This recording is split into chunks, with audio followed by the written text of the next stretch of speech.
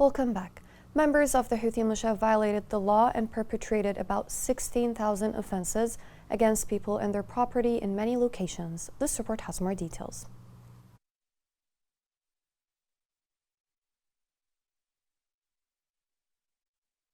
This man is tremendously grieved. He looked at his two vehicles, which were targeted by the Houthi aircraft, as he was using them as means of transportation as well as a source of income for his family in the village of Markhaza, north of Adala. Muhammad says that the Houthi aircraft targeted them in several strikes at the same time. Those strikes caused the death of a number of his livestock and generated fear among women and children.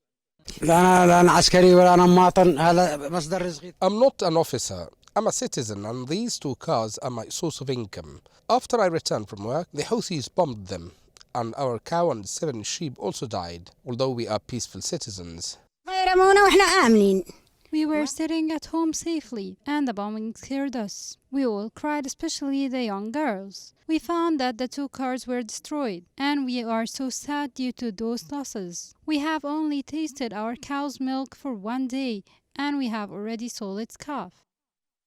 Not far from Markhaza, in the village of Al-Kharaza, the little girl Saba Al-Layth was hit by a Houthi sniper's bullet for the second time while she was grazing sheep in the valley. Series of crimes and violations have affected residents' farms and roads. 3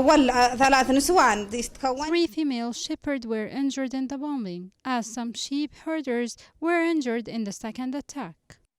The Houthi militia intensified its bombing and attacks of residential neighborhoods in the villages in the northwest of Qataba and Murais, as well as towards Hajar area in Adala district, leaving civilian casualties and material losses without the slightest consideration of the agreements and dialogues at the time. In the 2nd Brigade, commandos of the joint forces are committed to the truce, demanding the United Nations and humanitarian organizations to put an end to these crimes and violations.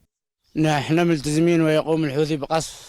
is a truce, but the Houthis mob up the houses and do not adhere to the truce. Our determination is strong and we will fight them. We appeal to the United Nations to put an end to the Houthis' aggression. At a time when great efforts are being made by the international community to bring peace and end the war, the Houthi militia intensify their attacks on residential areas, civilians and their property, the last of which was the adjacent Markhaza area, which all violate the United Nations resolutions.